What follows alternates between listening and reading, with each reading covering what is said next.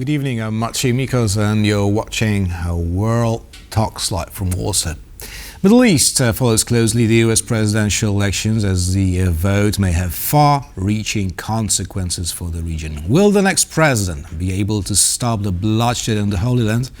And what consequences will America's choice have for the Israeli-Iranian conflict? Well, to talk about it, we're joined by Dr. Frank Musmar, expert in Middle Eastern politics. Good evening. Good evening, sir. So, who are the Israelis supporting in the U.S. presidential elections? Well, okay, both candidates, they were very clear in saying that they will be supporting Israel. They are committed to that. Beside how they explained it or what kind of verbalism they used. But in general, you could tell that both of them are committed to be beside Israel and keep supporting Israel. That is true, but on the other hand, politics is an art of gestures, and we've heard Kamala Harris admitting that there was genocide going on in the Gaza Strip, and on the other hand, we have Donald Trump supporting Benjamin Netanyahu's government no matter what.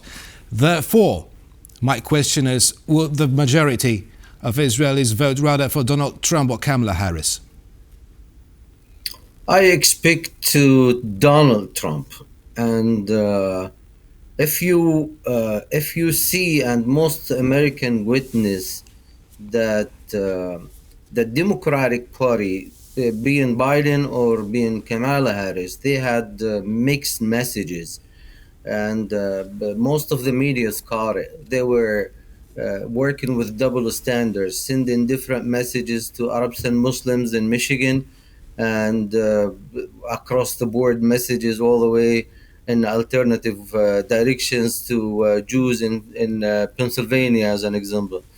So the point is, I think Jews Americans and Jews in Israel in general, after the first term of Donald Trump, and if we compare it with those last 4 years of the Democratic Party, beside the point being, both parties supporting Israel, but they found that there is a gap in the application and in the true support. Not just a support by gaining votes, looking for people to vote in swing states like Michigan.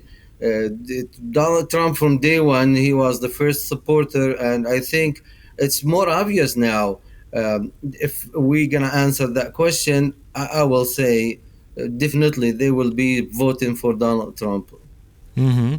Now, you mentioned these mixed signals about solving the crisis in the Middle East. Now, I'm wondering how important is the current conflict in the region for American voters. Of course, it's always in the first place domestic issues, but I'm wondering whether Middle East is like second, third, or on the very bottom of the list.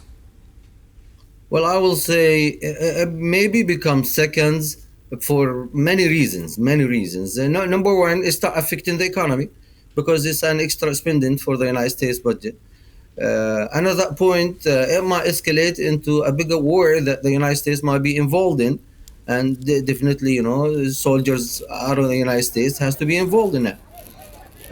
Third, that there is so many people in the United States that carry dual citizenships, and we witnessed that through all the campaigning and the problems that happen in universities of people supporting Palestinians and Gazans and all that kind of stuff. So it comes second. It's a very important subject. Actually, we cannot even distinguish that from the Russian-Ukrainian subject. It's the same thing, like fall in the same criteria. It's an extra spending in the United States for the United States budget, which has really affected the economy of the United States. Mm-hmm. Having said that, how important will it be for the next U.S. president no matter who it will be, to swiftly end the current conflict in the Middle East. I'm talking specifically about the Israeli-Palestinian conflict. Well, if we're gonna go back a little bit to the beginning of the conflict, if we had like a better and stronger representation of the United States in the Middle East, I don't think we will ever have this conflict at all. Second, Donald Trump and his strategy against Iran and Iran branches. If we, it's fair to say that the gap of an actual involvement of the United States in the Middle East that created that entire scenario. Iran found that gap, reached for Hamas, promised Hamas for support. Hamas came out of nowhere to expand their operation against Israel in something like we never seen before. Definitely, they start mobilizing all their branches like Houthis and like Hezbollah in the north. So if we had a stronger leadership in the Middle East, I don't think Iran will take that move as a beginning of this particular problem. Now, as we are living this problem, and it's reaching, I think, more than the geographic problem that we have now. I think it's going to expand to Syria, Iraq, and even to Yemen.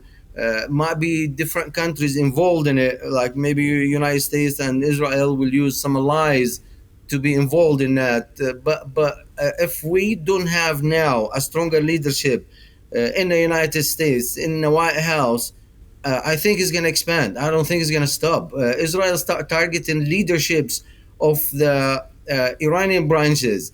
When we didn't see that before. If that movement will keep going, it's going to keep reaching until it reaches the mullahs of Iran, and then the entire area is going to flame. So we really need a stronger leadership, or at least stronger representation of the leadership of the United States in the Middle East. Whether it will be stronger, we don't know, but it will be different. That is for sure. Now, how do you see future U.S.-Iran relations if Donald Trump wins?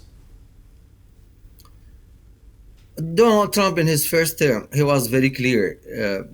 Iran, if we go back a little bit, Iran was one of the main alliances during the Shah's time to the United States and Israel.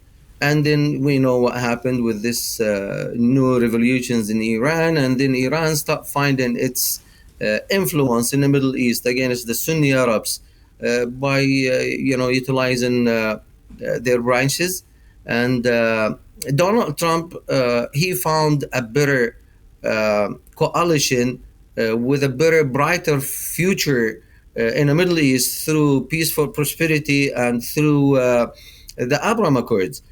Iran, of course, doesn't like that, and it's not going to be something appealing to them, because any future expansion of the Abraham Accord, including Saudi Arabia and some other Muslims and Arab countries, this means that's the end of Iran. Iran's going to fight for that not to happen, and actually that was the main reason for Iran to mobilize Hamas. And Donald Trump, he knows that. That's why in his first term he put more sanctions and. He controlled Iran big time. Now, the biggest mistake that this government did, that they released most of the money that wasn't within the reach of the Iranian people, that they start utilizing this money and they start supporting all their branches, which is came up to what we see now. I don't think Hamas will have that much abilities and support without Iran's support. Mm-hmm.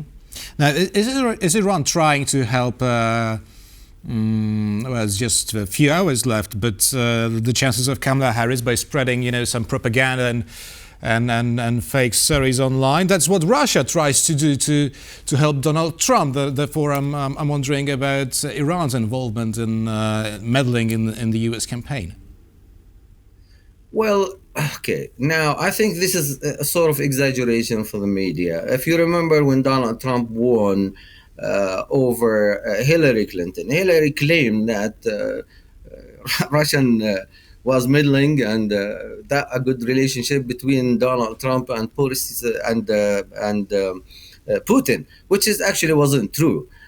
So now the Iranians, they work with the fatwa system. That fatwa system is very, very dangerous. If you remember the stories of Salman Rushdie, with that fatwa of Iran, it took years before someone came out of nowhere and tried to kill them.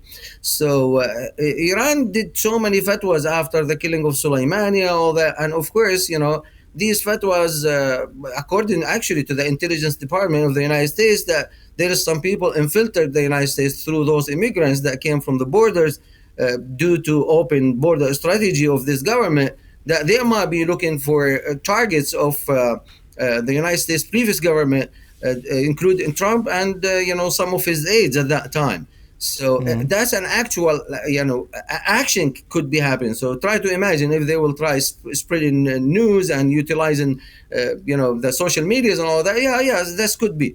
Now, but it's not fair to say that Putin is a person that he is really willing to support Trump. Well, for no reason. This is something. That's what the U.S. intelligence officials are saying officially. So that's what you get from the US. Maybe it doesn't. Maybe it does not apply to Iran. We have to put a dot here. Frank Musmar, expert in Middle Eastern politics, was our guest this evening. Thank you so much. It was a pleasure. It's a pleasure to see you. Thank you. And thank you for watching, and stay with us for much more here on TVP World.